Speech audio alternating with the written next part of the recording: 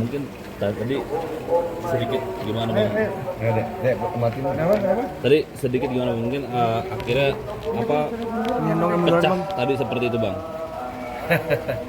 Begini, saya kan pertama dia perempuan, jadi saya tidak mau jangan sampai tangan saya ke dia. Yang kedua, ini kan istri saya mendengar saya dimaki, ya tentu dia marah. Dan NM ini mancing, dorong-dorongan.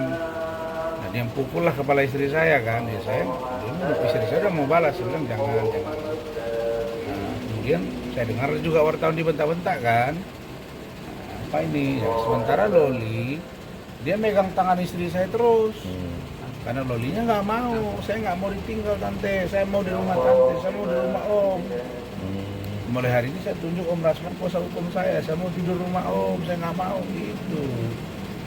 Jadi saya melerai istri saya dengan NN, jangan sampai berantem, orang pada nonton, maksudnya orang pada mengamankan, yang sampai ribut. Nah, saya nggak tahu tiba-tiba karena dia nggak berhasil sampai istri ke saya. Ya udah, jadi tadi ya saya kira ini harus ada pembelajaran hukum, dan ya menurut saya NM ini mempertinggi tempat jatuh gitu, ya sudah, jadi saya tadi bilang nggak ada cerita, saya buat laporan langsung diterima, kemudian kita baru selesai visum, ya sudah ketemu dengan Pak Kasat, sudah saya tunjukkan, bahkan kacamata saya ini kacamata saya bengkok nih. Itu ini kena pukulnya tuh. Ya kan, kalau saya lihat itu tangan dia kena sama handphone dia gitu. Ya itulah pribadi dia gitu. Tapi saya jujur ya, saya malah makin semangat untuk membantu Loli. Setelah Loli tadi bercerita dengan penuh air mata, saya dengar sendiri dia histeris. Nah, saya melihat, ya saya bilang sama Loli kamu sabar. Nah, ini harus kita lalui dan kamu harus bersabar sampai dia juga bilang dia 28 Mei dia akan 18 tahun. Jadi ini saya kira bukti ya kepada masyarakat bahwa saya all out bela klien saya. Dan yang harus kita ingat bahwa kasus ini sudah berjalan. Lolinya pun sudah tidak sabar. Kenapa? Karena di safe house itu menurut dia justru tidak aman dan tidak nyaman. Nah, seperti apa? Dia sudah ceritakan bahwa di situ bergabung dengan ini macam-macam. Nah, kemudian di tempat yang lain juga. Nah, akhirnya dia tadi cabut. Dia lari. Nah, tiba-tiba saya pulang dari pengadilan, terus saya pergi ke tempatnya persemayaman rekan kita Alvin Lim. Saya wawancara di sana lama, kemudian saya sampai rumah, tiba-tiba ada telepon yang saya nggak lihat siapa, saya biarin, miss call terus. Tahu-tahu dia bilang saya Loli, saya nggak percaya karena Loli ada banyak orang yang mengatasnamakan Loli ke saya. Nah, tiba-tiba dia kirim voice note, saya dengarin, loh kok mirip. Nah, akhirnya Om izin saya video call. Nah, video call lah, kagetlah saya udah buka baju, saya udah mau ganti sarung. Loh, kamu lari di mana Om? Saya di depan kantor Om. Kamu kenapa? Saya lari Om, saya udah nggak kuat, dia nangis. Bantu saya Om. Ya saya kan pakai logika.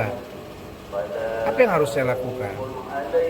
Ya saya langsung beritahu keluarga, semua mereka sudah pada tidur, pikiran saya karena 11:30 sudah. Ya kan? Nah, jadi saya berpikir ya sudahlah, kalau memang demi kebaikan ya saya juga jaga. Kamu diantar sama siapa? Saya pakai Gojek Om, Maxim. Mana orangnya? Telepon sama saya. Bapak jangan pergi ya. Nah, tunggu di situ. Nah, terus saya juga berpikir nggak mungkin saya bawa ke kantor saya, jangan sampai dikira nanti saya merekayasa. Nah, terus saya bilang udah kalau begitu kamu ke hotel yang di depan ATM Center sebelah kantor saya, di situ ada hotel. Dia, oh ya Horizonom, ya udah kamu di lobi. Tunggu di situ termasuk dengan bapak yang membawa Maxley.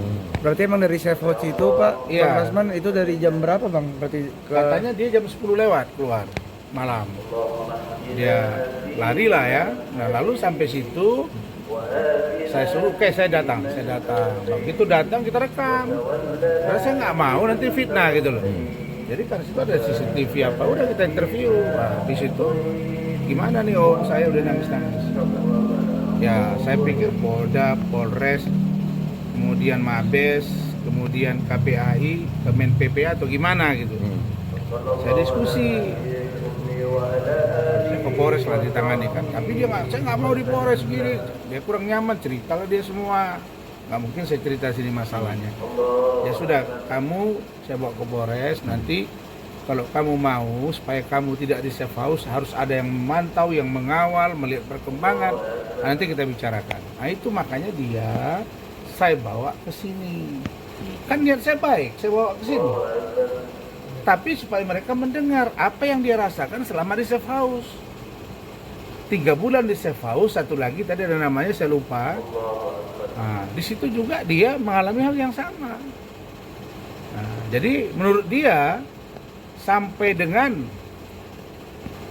hari ini belum pernah NM tuh menemui dia di safe house. Nah, jadi selama ini NM tuh ngomong jumpa apa nggak ada. Dan menurut pengakuan dari Loli, pengacaranya juga nggak pernah dampingi Loli. Nah, jadi kalau menurut saya ini kasus serius, melebar kemana-mana, tapi tetap harus fokus. Ini harus tuntas. Kasus Fadel kalau tidak terbukti jangan paksakan. Kalau Anda mengatakan ada bukti, Anda tersangkakan, berarti Anda harus siap. Untuk konsekuensi kami lakukan upaya hukum, kan sudah saya bilang pahit-pahit. Nah, jangan berlarut. Nah, ternyata dia merasakan, saya ingin cepat Om. Pusing saya, katanya.